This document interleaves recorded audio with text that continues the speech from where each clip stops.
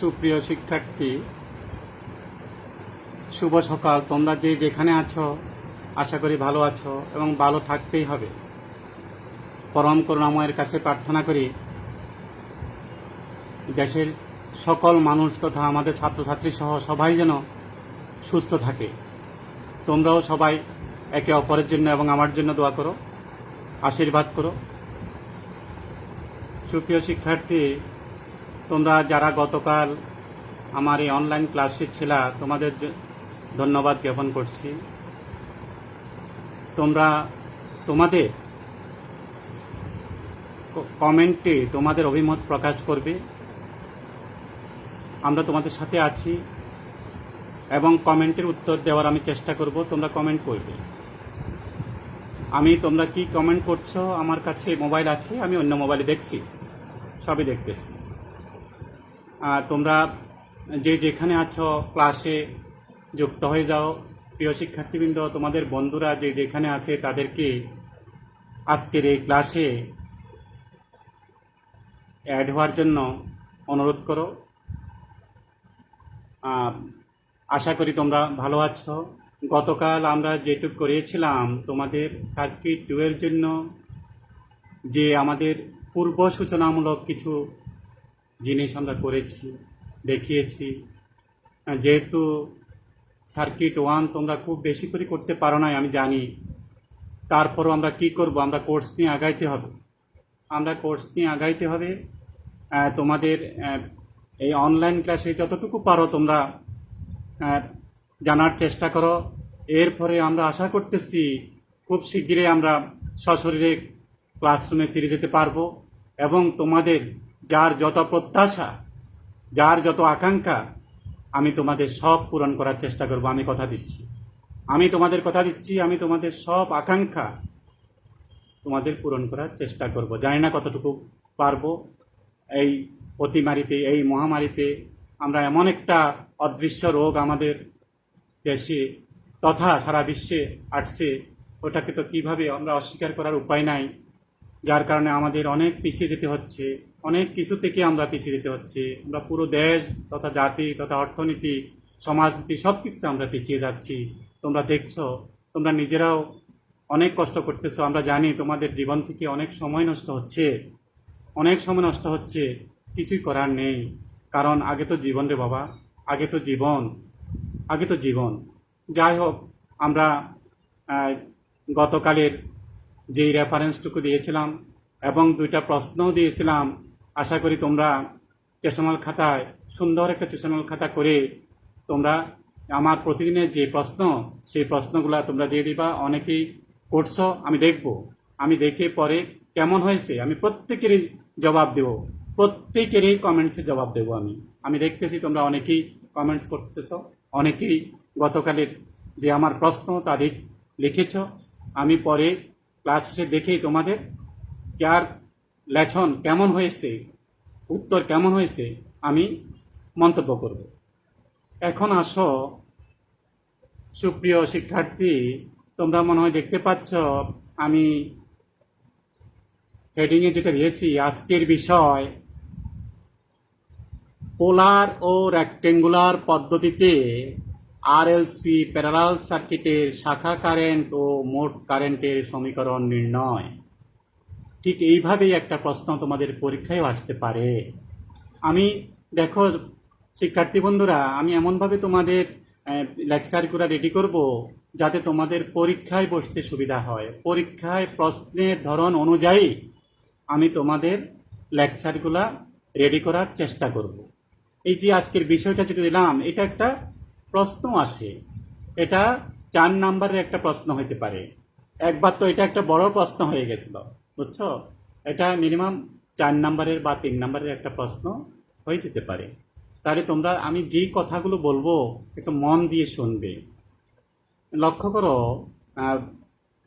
যদি এই প্রশ্নটা আমাদের এই পলিটেকনিকে ইঞ্জিনিয়ারিং সিস্টেমে, তোমরা একটা কথা মনে রাখবা, একটা প্রশ্ন বিভিন্নভাবে পরীক্ষায় আসতে পারে। প্রিয় শিক্ষার্থী বন্ধুরা, এটাই হচ্ছে সবচেয়ে প্রশ্ন বোঝাটা অর্ধেক পরীক্ষা। আমি যে কথাটা সবসময় ক্লাসে বলি, প্রশ্ন বোঝাটা অর্ধেক পরীক্ষার তোমার প্রশ্নের সমাধান। প্রশ্ন বোঝাটা অর্ধেক সমাধান। যেমন মনে করো এই প্রশ্নটা পরীক্ষায় আসলো যে ভেক্টর পদ্ধতিতে, অথবা বলল জটিল বীজগণিতীয় পদ্ধতিতে আরএলসি প্যারালাল সার্কিটের বিভিন্ন শাখার কারেন্ট নিরূপণ পদ্ধতি ব্যাখ্যা করো। লক্ষ্য করো, আমার কথা কি তোমরা শুনতে পাচ্ছ?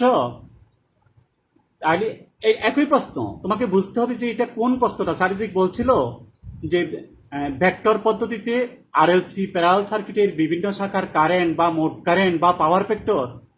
দেখো আমি অনেক কিছু এখানে বলি নাই, এটার সাথে এই যে মোট কারেন্ট, শাখা কারেন্ট, তার সাথে কিন্তু পাওয়ার ভেক্টর কথাটাও আছে। আমরা দেখাবো যখন আসবে যে একটা আরএলসি প্যারালাল সার্কিটের বিভিন্ন শাখার কারেন্ট নির্ণয়ের সূত্র প্রতিপাদন করো। একই প্রশ্ন আমাদের, বিশেষ করে ইলেকট্রিক্যালে পরীক্ষার প্রশ্ন। তোমরা বইয়ের শেষের দিকেও যে প্রশ্নমালাগুলো আছে দেখবা যে অনেকখানে সেখানেও দেওয়া আছে এক একটা প্রশ্ন বিভিন্ন বোর্ডে কিভাবে বিভিন্নভাবে আসে। তারপরও বিভিন্ন নিয়মে, নতুন নিয়মে আসতে পারে। আমি এখানেও চেষ্টা করছি, আবার যখন আমরা ক্লাসে ফিরব তখনও তোমাদের আলোচনা করব। তাহলে এখন আসো যে একটা খুব ইম্পর্টেন্ট একটা টপিকস। এখন লক্ষ্য করো, প্যারালাল সার্কিট 2 শাখা, 3 শাখা, 4 শাখা, একাধিক শাখা হতে পারে, কিন্তু আমরা 2 শাখার বেশি, কারণ 2 শাখারটা করতেও তো অনেক সময় লেগে যাবে, আমরা 2 শাখার বেশি দেখাবো না। অনেক সময় পরীক্ষায় প্রশ্নও থাকে যে 2 শাখা বিশিষ্ট আরএলসি প্যারালাল সার্কিটের বিভিন্ন শাখা কারেন্টের সমীকরণ নির্ণয় করো। তোমরা কি বুঝতে পারছো আমাকে? ঠিক আছে, আমরা 2টা শাখা আগে অঙ্কন করি। যে আরএলসি সিরিজ সার্কিট 1-এ দেখেছ, এখন আরএলসি প্যারালাল সার্কিটটা কেমন লক্ষ্য করো।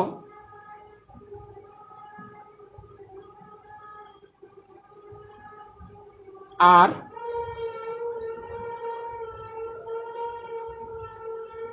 এল একটা শাখা। শিক্ষার্থী বন্ধুরা, আমাদের ইলেকট্রিক্যালে সার্কিট এবং ভেক্টর খুবই ইম্পর্টেন্ট, ভালো করে একটু দেখো। আচ্ছা, একটা শাখা অঙ্কন করলাম, একটা শাখায় কি দিলাম?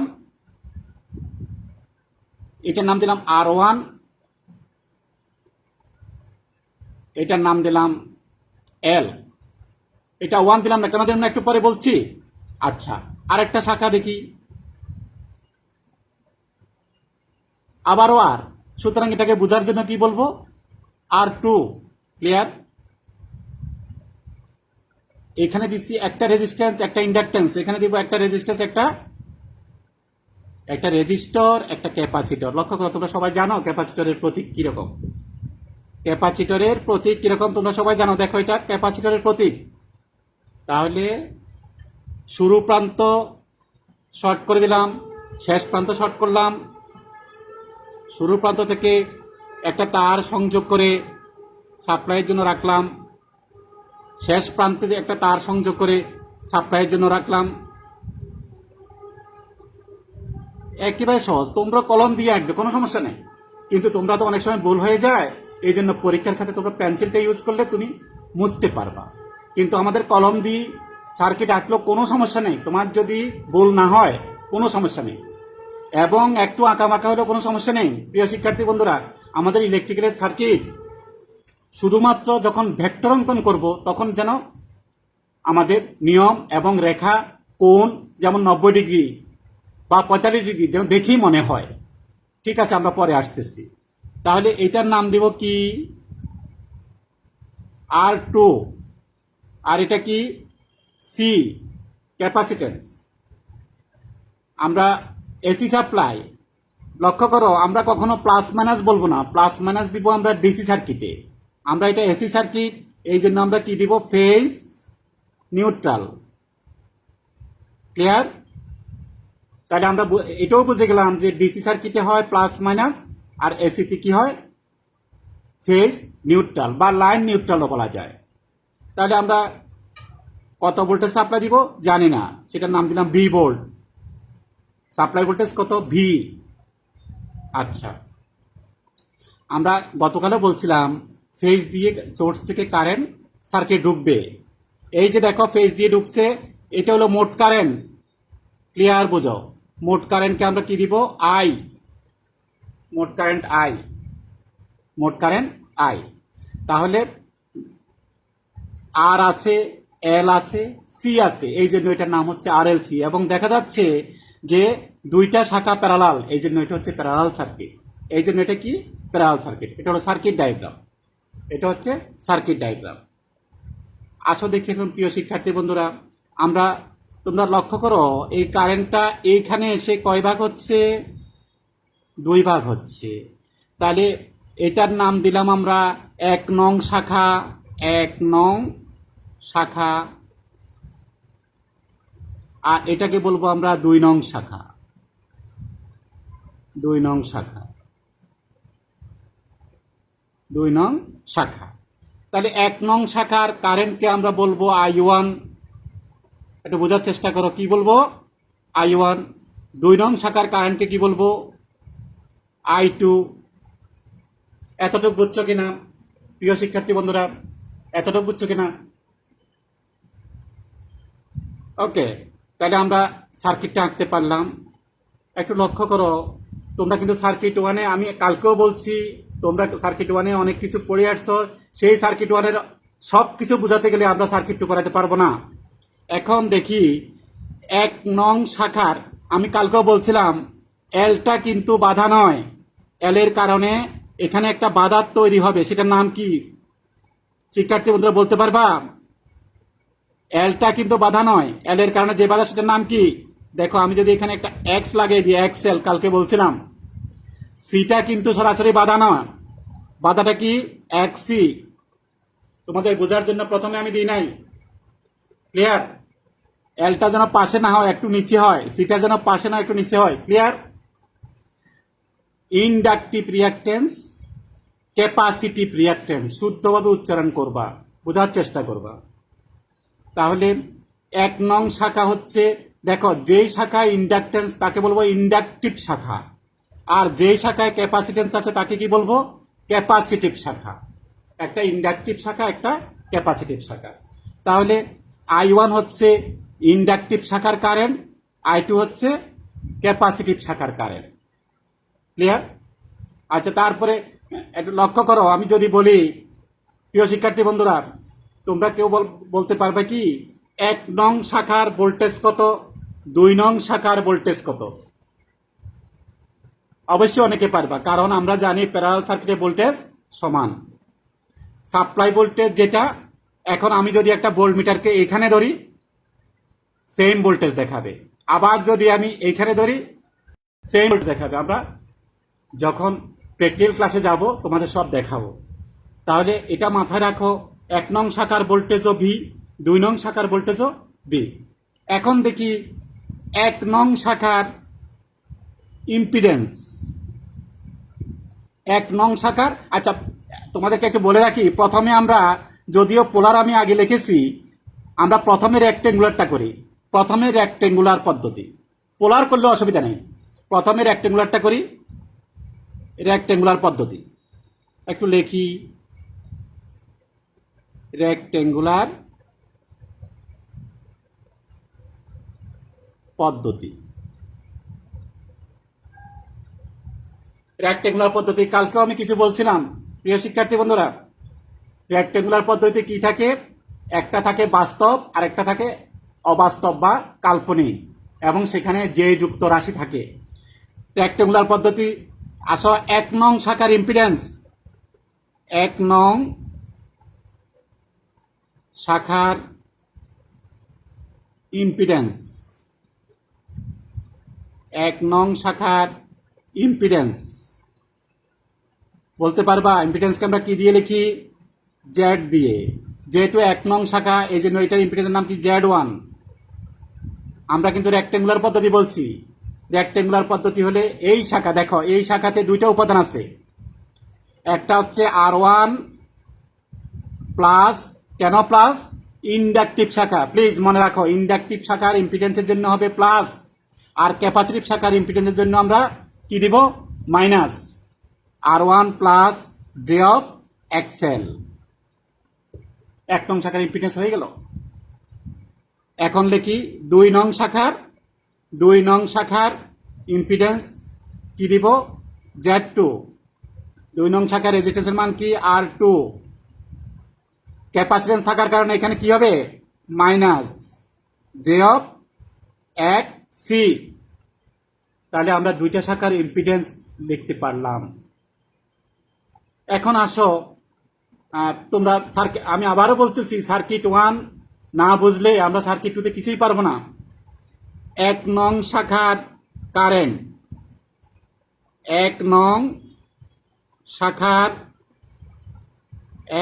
শাখার কারেন্ট। তোমাদেরকে আরেকটা কথা বলি প্রিয় শিক্ষার্থী বন্ধুরা, দেখো আমি কোথাও বাংলা লিখেছি, কোথাও ইংরেজি লিখেছি, কোনো সমস্যা নাই। এবং এটাই হচ্ছে আমাদের ইঞ্জিনিয়ারিং ডিপ্লোমাদের জন্য সবচেয়ে সুবিধা। তোমার প্রশ্নের উত্তর শুধু ইংরেজি, শুধু বাংলা অথবা উভয় ভাষায় প্রদানযোগ্য। তুমি 3টা বাংলা লেখো, 1টা ইংরেজি লেখো, কোনো সমস্যা নেই। দেখো 1 নং শাখার কারেন্টটা আজকে ইংরেজিতে লিখি আমি। তবে একটা কথা লক্ষ্য রাখবা, যেন ইংরেজি লিখতে গিয়ে বানানটা ভুল না হয়। আমি কি বুঝাতে পারছি? ইংরেজি লিখতে গিয়ে বানানটা যেন ভুল না হয়। 1 নং শাখার কারেন্ট, 1 নং শাখার কারেন্ট আমরা দেখতেছি কি নাম? I1। ফর্মুলাটা কে বলবা? নিশ্চয়ই অনেকে পারো, অনেকে পারো না। আমরা দেখি ওই যে কারেন্টের সূত্র, ওহমের সূত্র, V/R পড়ছি আমরা। আর আজকে এই যে 1 নং শাখার মোট বাধা হচ্ছে কত? Z1। সুতরাং আর না বলে আমরা কি বলবো? Z1। I1 সমান B। বলতো 1 নং শাখার ভোল্টেজ, আমি আগেই বলেছি সাপ্লাই ভোল্টেজ কত? B। এখন কত হচ্ছে আমার রেক্টেঙ্গুলার। এই রেক্টেঙ্গুলারে V কে আমরা কিভাবে লিখি দেখো? B plus J of 0। দেখো বিটা হচ্ছে বাস্তব রাশি, তার সাথে কাল্পনিক অংশ নাই, মানে কি? কাল্পনিক অংশ 0। B/Z। Z মানে কত? Z1। 1 নং শাখার বাধা কত? R1 plus J of XL। এই যে রেক্টেঙ্গুলার ফর্ম দেখাইলাম বোঝার জন্য। আমি এটা না লিখলেও, লক্ষ্য করো যেহেতু এটা 0, এটা না লিখলেও অসুবিধা নেই। সুতরাং আমি এটাকে একটু এখন ক্লিয়ার করে লিখতে পারি। কি লিখবো? B divided by R1 plus J of XL। এতটুকু বুঝছো কিনা প্রিয় শিক্ষার্থী বন্ধুরা? অনুরূপভাবে এখন বলো দেখি 2 নং শাখার, অনুরূপভাবে 2 নং শাখার, অনুরূপভাবে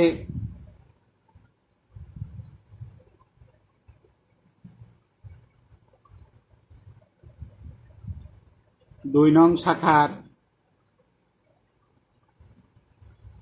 2 নং শাখার কারেন্টটা এখানে লিখি। 2 নং শাখার কারেন্ট কমা কি? I2। আমরা ডাইরেক্ট লিখে ফেলতে পারবো না, যেহেতু আমরা 1 নং এ সব বুঝে গেছি। প্লিজ ভোল্টেজ কত? V divided by Z2। Z2 কত? R2 minus J of XC। R2 minus J of XC। আচ্ছা, এখন আসো, তাহলে আমরা শাখা কারেন্টের সমীকরণ বের করে ফেলেছি। শাখা কারেন্টের সমীকরণ বের করে ফেলেছি রেক্টেঙ্গুলার পদ্ধতিতে। ঠিক এই টেকনিক অবলম্বন করেই আমরা অঙ্ক করব। অঙ্কটা কিছু না, তোমরা ভয় করো না, অঙ্কটা কিছুই না। যদি আমরা সমীকরণটা থিওরিতে ভালো করে বুঝতে পারি, আমরা অঙ্ক করতে পারব। তাহলে আমরা দেখতেছি মোট কারেন্টটা 2 ভাগ হয়েছে। তাহলে মোট কারেন্ট, এবার আসো দেখি মোট কারেন্ট।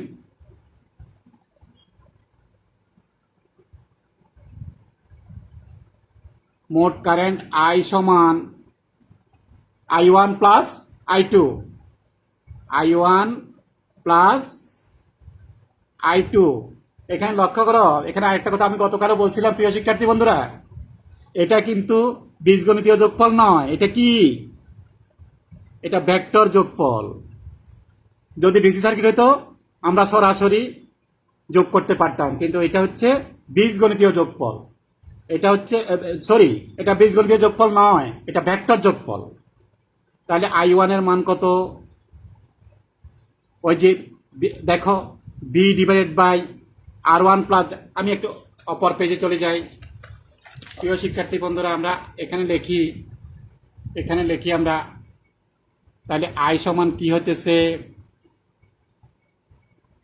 I1 এর মান কি পাইছিলাম, B divided by R1 plus J of XL plus B divided by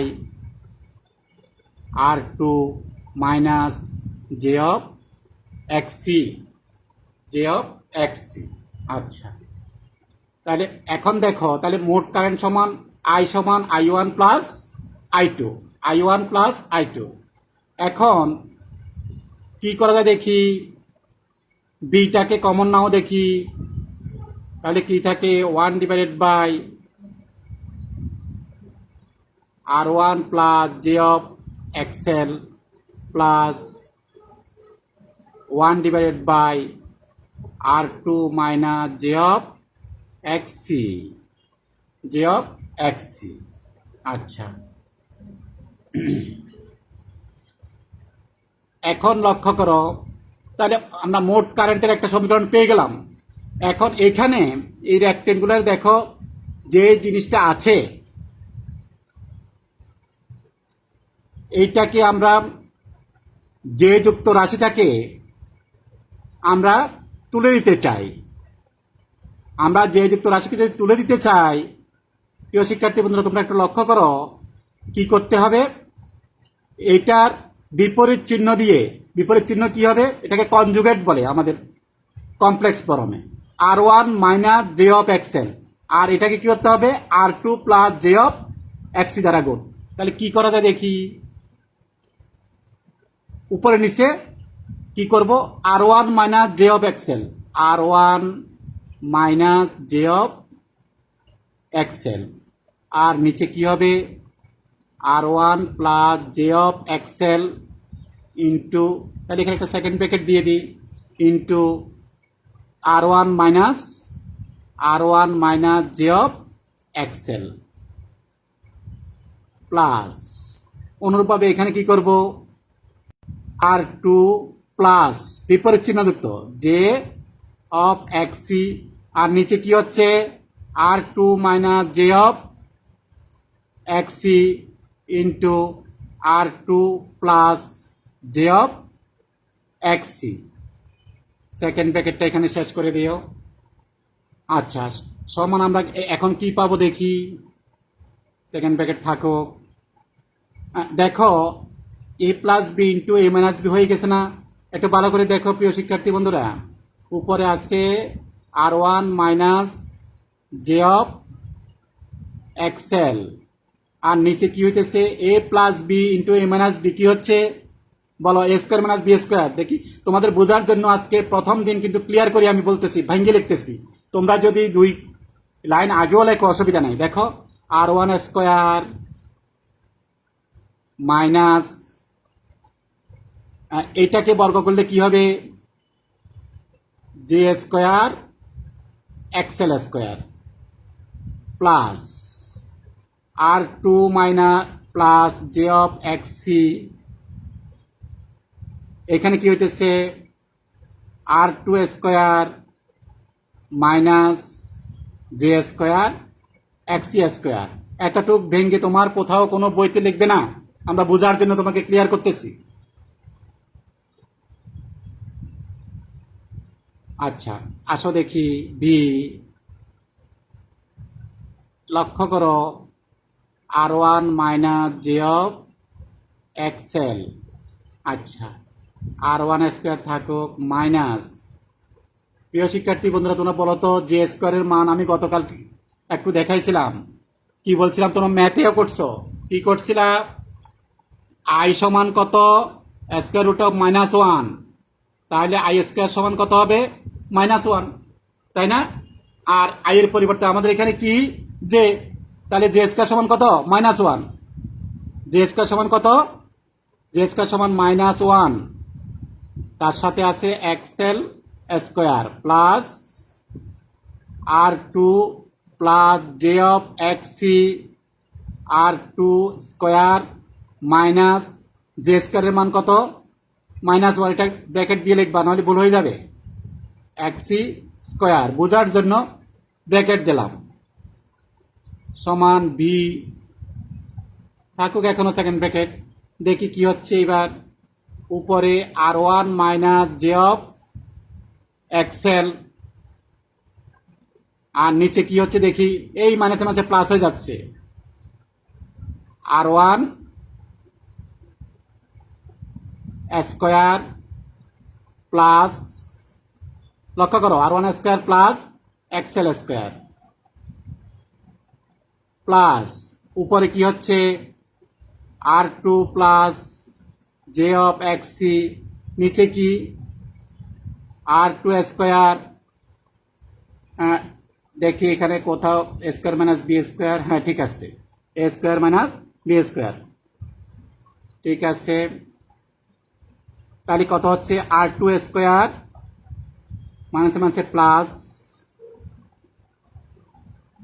কি হচ্ছে xc স্কোয়ার, xc স্কোয়ার। আচ্ছা,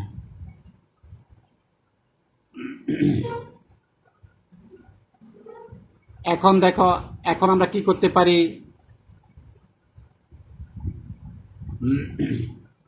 r1 এখানে কি হলো r1 square plus X L square.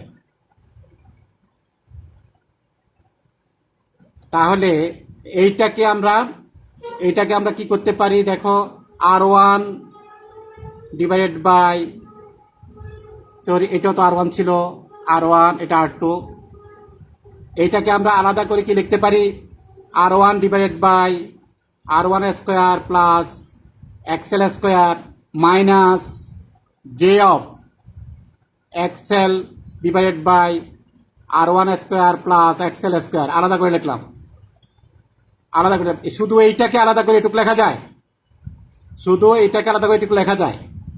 তাহলে এইটাকে বন্ধনীর মধ্যে রাখলাম প্লাস, অনুরূপভাবে এটা কি লেখা যায়, r2 divided by r2 square plus xc square plus J of xc divided by r2 square plus xc square, এইটাও ব্র্যাকেটে রাখলাম। এটা কেন করলাম দেখো, ওই যে বাস্তব এবং কাল্পনিক অংশকে আলাদা করার জন্য, বাস্তব এবং কাল্পনিক অংশ, এটারও বাস্তব এবং কাল্পনিক অংশকে আমরা আলাদা করলাম। তাহলে দেখো যে এটা শুধু বাস্তব ও কাল্পনিক অংশ আলাদা করার জন্যই আমরা এতটুকু করলাম। তোমাদেরকে আরেকটা কথা বলি, যে এতটুক না করলে হবে। তুমি যদি মোট কারেন্টের জন্য আমরা কি পাইছিলাম দেখো, এই যে মোট কারেন্টের জন্য আমরা আই সমান এখানে পেয়ে গেছি না, যেহেতু আমাদের ক্যালকুলেটরে কমপ্লেক্স মোড আছে, আমরা এই পর্যন্ত করলেও হয়ে যাবে। তোমাদের বিশ্লেষণ করে বোঝানোর জন্য আলাদা করি এই অংশটাকে বাস্তব কাল্পনিক, এই অংশটাকে বাস্তব কাল্পনিক আলাদা করার জন্য করেছি আমরা। এতটুক দিলে সমীকরণ হয়ে যাবে, এতটুক দিলে সমীকরণ হয়ে যাবে। প্রিয় শিক্ষার্থী বন্ধুরা, ক্লিয়ার? আচ্ছা, এটা বিশ্লেষণ করার জন্য দেখাইলাম, এটা না দিলেও হবে। এইবার আসো, এখন দেখি আমরা আমাদের রেক্টেঙ্গুলার পদ্ধতি গেল, এবার হলো পোলার পদ্ধতি। পোলার পদ্ধতি,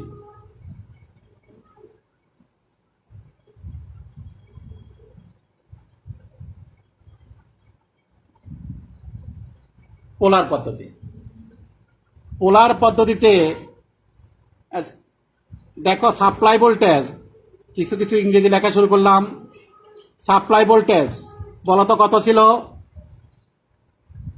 সাপ্লাই ভোল্টেজ কত ছিল, বি সমান কি লেখা যায়, বি অ্যাঙ্গেল 0 ডিগ্রি। প্লিজ দেখো, বি কে যেহেতু আমরা পোলার পদ্ধতি হচ্ছে, একটা থাকবে মডুলাস, একটা আর্গুমেন্ট। এটা সব সার্কিট 1 এর কথা বাবা। আমরা জানি পোলার পদ্ধতিতে একটা মডুলাস থাকে, একটা আর্গুমেন্ট থাকে। যেই রাশিটা দেওয়া থাকে তাকেই বলা হয় মডুলাস, এবং সংযুক্ত কোণকে বলা হয় আর্গুমেন্ট। প্রত্যেকটা একটা প্রশ্ন, প্রত্যেকটা কথাই একটা প্রশ্ন। তাহলে আমরা সাপ্লাই ভোল্টেজ বি দেওয়া ছিল, এটাকে আমরা পোলার পদ্ধতি কি লিখতে পারি? যদি কোনো কোণ দেওয়া না থাকে কত লিখব? 0 ডিগ্রি। তো মাথায় রেখো, যে অঙ্কের মধ্যে আমরা এই সমস্যায় পড়তে পারি, যদি কোনো কোণ দেওয়া না থাকে তাহলে আমরা কি লিখব? 0 ডিগ্রি পোলার পদ্ধতিতে। আর যদি রেক্টেঙ্গুলার হয়, আমরা দেখাইছি একটু আগে, B plus J of zero, B plus J of zero. আচ্ছা, এখন আসো, সাপ্লাই ভোল্টেজ আবার হয়ে গেল, সাপ্লাই ভোল্টেজ হয়ে গেল। এখন আগের মতো আসো, যে 1 নং শাখার কারেন্ট, 1 নং শাখার চিত্র আমার আগেরটাই, 1 নং শাখার কারেন্ট, 1 নং শাখার কারেন্ট I1 সমান, I1 সমান কি? সাপ্লাই ভোল্টেজ কি? সূত্রটা এখন সূত্রটা একটু প্রথমে লিখি, বি ডিভাইডেড বাই Z1। ওখানে ডাইরেক্ট লিখি নাই, ডাইরেক্ট লিখে ফেলছিলাম। 1 নং শাখার কারেন্ট I1 সমান বি বাই Z1। এখন আমরা কি করব? লক্ষ্য করো, বি কে পোলারে লিখব, এই যে লিখছি অলরেডি, কত? বি অ্যাঙ্গেল 0 ডিগ্রি। আচ্ছা, Z1 কি ছিল? আমি একটু রাপে দেখাই, Z1 কি ছিল? R1 plus J of Excel, R1 plus J of X L. তাহলে এখন এটাকে আমরা Z1 অ্যাঙ্গেল θ1, দেখো আসছিল আমার পোলার, এখন হয়ে যাচ্ছে কি?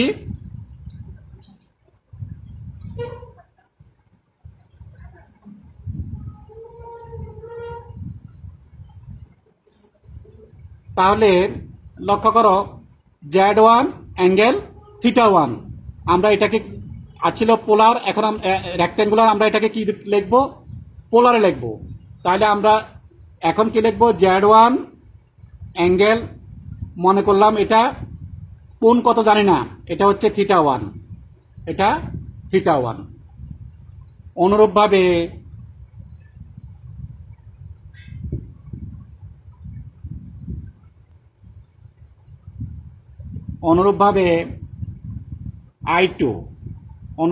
I2 সমান, বলো তো, এখন ডাইরেক্ট লিখে ফেলি আমরা, B angle 0 divided by Z2, angle কত জানি না, একটাকে দিলাম θ1, একটাকে ধরবো θ2, একটাকে ধরবো θ2।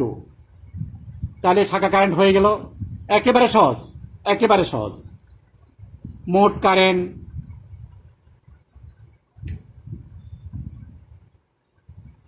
কারেন্ট I সমান I1 প্লাস I2, এটা কিন্তু ভেক্টর, এটা কিন্তু ভেক্টর, I1 প্লাস I2। আমরা মানটা বসাই দিই, B divided by Z1 angle θ1 plus B divided by Z2 angle θ2। Clear? এই যে শাখা কারেন্ট I1 I2, এইভাবে যদি তোমার পরীক্ষা যদি 3টা শাখা থাকে, 4টা শাখা থাকে, থাকবে না, 3টার বেশি শাখা থাকবে না। তাহলে আমরা যখন অঙ্কে যাব তখন আমরা দেখবা কিভাবে আমরা সরি, তোমরা এখানে কি বির সাথে অ্যাঙ্গেল 0 হবে? সরি, বির সাথে অ্যাঙ্গেল 0 ডিগ্রি, বির সাথে অ্যাঙ্গেল 0 ডিগ্রি। যখন আমরা বাস্তবে অঙ্ক করব, এই যে Z1 আমরা করে ফেলবো, Z2 আমরা করে ফেলবো, তাহলে কত সহজে দেখবো, যখন আমরা অঙ্ক করব কমপ্লেক্স মোডে গিয়ে আরও অনেক সহজে আমাদের সমাধান হয়ে যাবে। তাহলে এখন আসো আমরা দেখি ভেক্টরটা কেমন হয়। আমি গতদিন একটা প্রশ্ন দিয়েছিলাম, RLC সিরিজ সার্কিটের ভেক্টর চিত্র অঙ্কনের সময় কোন রাশিকে রেফারেন্স ধরা হয় এবং কেন। অনেকে লিখছ, অনেকে কমেন্টসের উত্তর দিচ্ছ, আমি পরে দেখব এবং সেটা বলবো। এখন দেখো, যেহেতু প্যারালাল সার্কিটের সকল লোডে ভোল্টেজ সমান, প্রিয় শিক্ষার্থী বন্ধুরা তোমরা সবাই জানো প্যারালাল সার্কিটের সকল লোডে ভোল্টেজ সমান নাকি? যেমন আমাদের বাসা বাড়িতে যত ফ্যান, বাতি, ফ্রিজ যা চলতেছে সবগুলা কি প্যারালাল। কারণ আমার দরকার হচ্ছে ভোল্টেজ, প্রত্যেকটা আমার লোড যেন তার উপযুক্ত ভোল্টেজ পায়, আর সেটার জন্য প্রয়োজন হচ্ছে প্যারালাল সার্কিট। এই জন্য আমরা প্যারালাল সার্কিটের ব্যবহার বেশি এবং সিরিজ সার্কিটের ব্যবহার একেবারে নেই বললেই চলে। তাহলে এই জন্য প্যারালাল সার্কিটের ভেক্টর অঙ্কন করার সময় আমরা ভোল্টেজকে রেফারেন্স হিসাবে ধরব। এই ভেক্টর চিত্রটা লক্ষ্য করা খুব ইম্পর্টেন্ট, যে দুই শাখা বিশিষ্ট আরএলসি প্যারালাল সার্কিটের ভেক্টর চিত্র অঙ্কন করো। আমাদের আরেকটা প্রশ্ন, দুই শাখা বিশিষ্ট, তাহলে প্রশ্নটা একটু শিক্ষার্থী বন্ধুরা একটু লেখো, আমি লিখতেছি তোমরা একটু দেখো। আমাদের প্রশ্নটা কি হবে? আমাদের প্রশ্নটা হচ্ছে কি, দুই শাখা বিশিষ্ট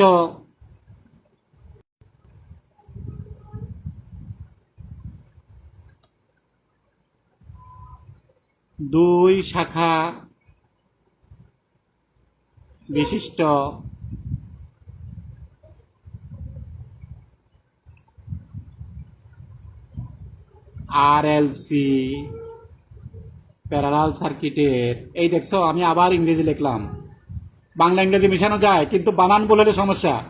আরএলসি প্যারালাল, দেখো তোমরা সবাই মনে হয় জানো সিকেটি মানে কি কি সার্কিট সংখ্যা, আমাদের লিটারালি অনেকগুলো সংক্ষিপ্ত কোড আছে। দুই শাখা বিশিষ্ট আরএলসি প্যারালাল সার্কিটের ভেক্টর চিত্র অঙ্কন করো। এই দেখো ভেক্টরকে আবার ইংরেজিতে লিখলাম, ভেক্টর চিত্র অঙ্কন করো, ভেক্টর চিত্র অঙ্কন করো, পরীক্ষা আসে ভেক্টর চিত্র অঙ্কন করো। আমরা এখন ভেক্টরটা একটু দেখি। কি বললাম একটু আগে, প্যারালাল সার্কিটের ভেক্টর চিত্র অঙ্কনের সময় রেফারেন্স হিসাবে কাকে ধরা হয়? ভোল্টেজকে। দেখি ভোল্টেজকে ধরি, ভোল্টেজ হচ্ছে রেফারেন্স। রেফারেন্স কি? ভি, ভোল্টেজকে রেফারেন্স ধরা হয়। এটা হলো মূল বিন্দু। আমি যদি আমাদের সার্কিটে একটু যাই, এখানে যে জিনিসটা ইম্পর্টেন্ট লক্ষ্য করো, তোমরা আবারও বলতেছি সার্কিট ওয়ানের কথা বারবার এসে যায়। ইন্ডাকটিভ সার্কিটের কারেন্ট ও ভোল্টেজের মধ্যে সম্বন্ধ কি, আর ক্যাপাসিটিভ সার্কিটের কারেন্ট ও ভোল্টেজের মাঝে সম্পর্ক কি? প্রিয় শিক্ষার্থী বন্ধুরা তোমরা কি জানো? লেগিং লিডিং স্যাররা বলছে, আবার একটু খেয়াল রাখো, ইন্ডাকটিভ শাখায় পাওয়ার ফ্যাক্টর সবসময় লেগিং হয়। ইন্ডাকটিভ শাখায় পাওয়ার ফ্যাক্টর কি হয়? লেগিং হয়। আর ক্যাপাসিটিভ শাখার পাওয়ার ফ্যাক্টর কি হয়? লিডিং হয়। Lagging leading. তাহলে এইখানে আজকে আমি আরেকটা কথা তোমাদের বলে রাখি, যখন লেগিং হবে ঘড়ির কাঁটার বিপরীত দিকে কারেন্ট, ভোল্টেজ থাকবে আগে, কারেন্ট থাকবে পিছনে। তোমরা অনেকেই জানো অনেকে জানো না, এটা কিন্তু খুবই ইম্পর্টেন্ট। একেবারে তোমাদের এই পুরা ডিপ্লোমা ইঞ্জিনিয়ারিংয়ে এই জিনিসটা বেশি তোমার দরকার হবে। কি বললাম? লেগিং পাওয়ার ফ্যাক্টরের সময় দেখো আমাদের সার্কিটে কারেন্টের বাহাদুরি সবচেয়ে বেশি। কেন বলো তো? ভোল্টেজ আছে কিন্তু কারেন্ট যদি না যায় তাহলে আমার হিটার জ্বলবে না, আমার হিটার জ্বলবে না। কারেন্ট যতক্ষণ না যাবে আমার বাতি জ্বলবে না, কারেন্ট যতক্ষণ না যাবে আমার ফ্যান ঘুরবে না। তাহলে একটি কথা খেয়াল রাখো, কারেন্টই কি করে সার্কিটকে লিড দেয়। কিরকম জিনিস আমি একটু দেখাচ্ছি দেখো কিভাবে লিড দেয়। এই দেখো কিভাবে লিড দেয়, দেখো তো আমি দুইটা রেখা অঙ্কন করলাম, একটা দিলাম ভোল্টেজ, একটা দিলাম কারেন্ট, তাদের মধ্যবর্তী কোণ কত? থিটা। প্রিয় শিক্ষার্থী বন্ধুরা ভেরি ইম্পর্টেন্ট জিনিস লক্ষ্য করো। এখন তোমাকে যদি বলি এটা কি লেগিং সার্কিট, অর্থাৎ এটা কি ইন্ডাকটিভ সার্কিট না ক্যাপাসিটিভ সার্কিট, কি বলবা? এটা ইন্ডাকটিভ না ক্যাপাসিটিভ সার্কিট? অনেকে পারবা, অনেক বেশিরভাগই বোঝার কথা নয়, এখন ভালো করে বুঝে নাও। এই রকম যখন থাকবে, দেখো এই রকম একটা তীর চিহ্ন দিবা কোন দিকে, ঘড়ির কাঁটার বিপরীত দিকে। এই দেখো আজকে তোমাদের আমি ইম্পর্টেন্ট জিনিস শিখাই দিচ্ছি। ঘড়ির কাঁটার বিপরীত দিকে একটা তীর চিহ্ন দিবা। তীর চিহ্ন দিয়ে এই তীরের দিকে যদি কারেন্ট থাকে, কারণ আমি কি বলছিলাম, তীরের দিকে যদি কারেন্ট থাকে, কারেন্ট লিড। এই যে দেখো তীরের মাথা হচ্ছে লিড আর এটা হলো লেগ। লেগ তো বুঝো পিছনের দিক। আমরা বলি না তুমি সারা জীবন লেগিংয়ে থাকবা, না। তাহলে কারেন্ট যদি তীরের দিকে থাকে লিডিং, আর কারেন্ট যদি তীরের পিছনে থাকে লেগিং। এতটুকু বুঝতে পারছো? প্লিজ এতটুকু বুঝতে পারছো? কারেন্ট যদি তীরের দিকে থাকে লিডিং, কারেন্ট যদি তীরের পিছনে থাকে লেগিং। তাহলে এই সার্কিটটা লিডিং না লেগিং বলো? লেগিং, কারণ কারেন্ট তীরের পিছনে। এই সার্কিটটা হইতেছে ল্যাগিং। এই দেখো এটা ভেরি ইম্পর্টেন্ট ইলেকট্রিক্যাল ছাত্রদের জন্য, ইলেকট্রিক্যাল এবং ইলেকট্রোমেডিক্যাল। এটা লেগিং। আর ইংরেজিতে কিভাবে লাগে? LAGGING। তোমরা বাংলা ইংরেজি সবগুলোই মনে রাখতে হবে। এবং আমরা সংক্ষেপে যখন অঙ্ক করব, দেখো শুধু LAG লিখে ফেলবো, কি বুঝবা? লেগিং। আর লিডিং এর সময় দেখো লিডিং কথাটা দেখো, লিডিং। আর ইংরেজিতে কি? LEADING, leading. আর যখন আমরা অঙ্ক করব সেখানে পুরো লেখার দরকার নাই, লিড, LEAD, এই এতটুকু লিখবো, ব্র্যাকেটে এতটুকু লিখবো। তাহলে আমরা আজ একটা জিনিস শিখলাম যে যখন ইন্ডাকটিভ সার্কিট, আরেকটা কথা মনে রাখো, ইন্ডাকটিভ সার্কিট অলওয়েজ লেগিং। আমি লিখে দিচ্ছি কিন্তু,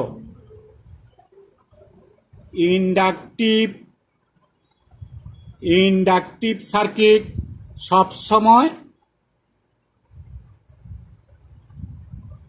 ইন্ডাকটিভ সার্কিট সব সময় পাওয়ার ফ্যাক্টর লেগিং হয়। এই যে লেগিং লিডিং বলতেছে, এটা কিসের কথা? Power factor.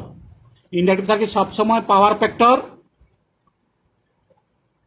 সব সময় পাওয়ার ফ্যাক্টর।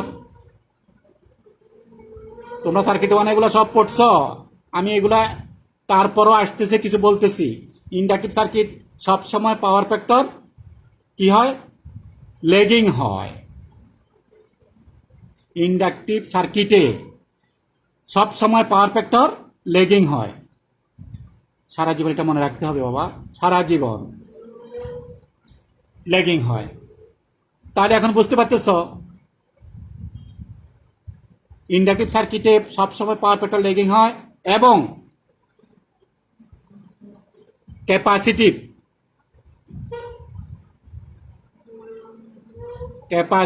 সার্কিটে, এবং ক্যাপাসিটিভ সার্কিটে সব সময়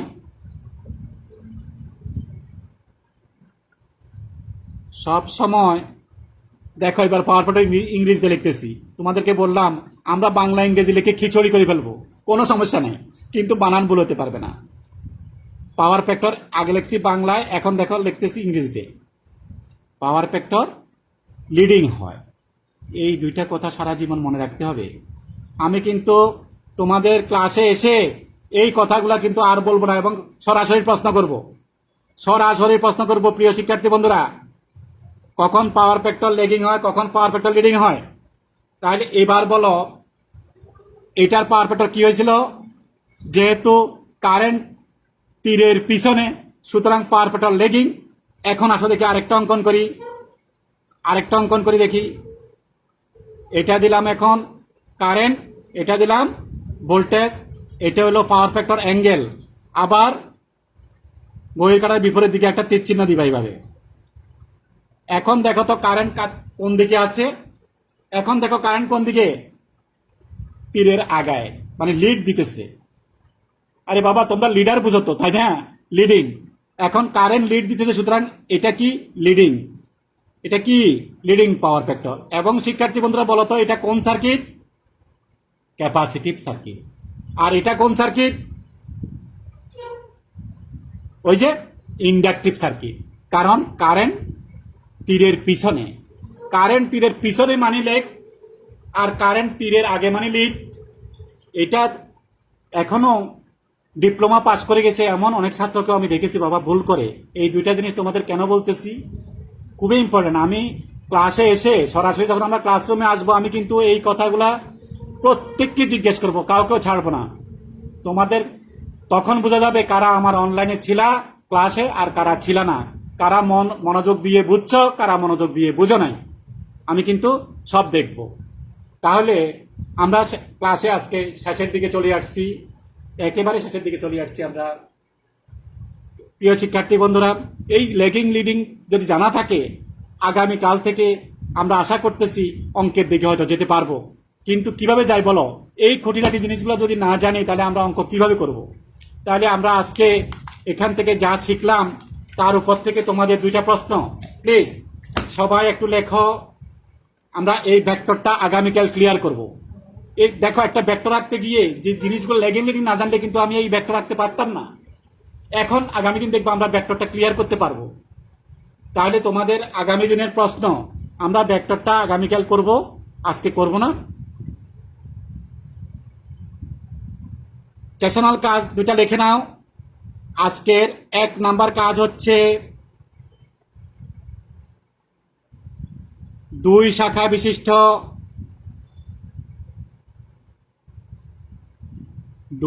বিশিষ্ট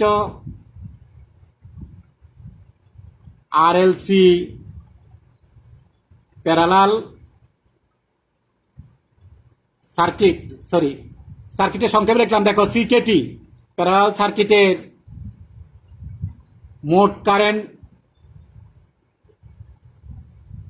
মোট কারেন্ট নির্ণয়ের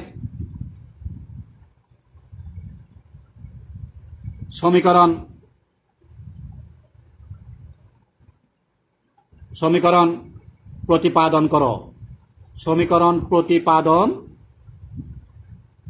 করো। শিক্ষার্থী বন্ধুরা, 2 নম্বর প্রশ্নটা লেখো।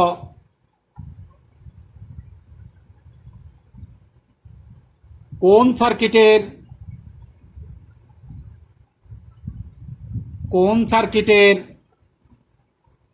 পাওয়ার ফ্যাক্টর লেগিং এবং কোন সার্কিটের পাওয়ার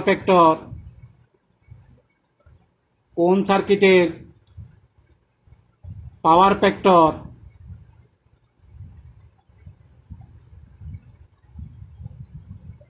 লিডিং হয় চিত্রের সাহায্যে দেখাও।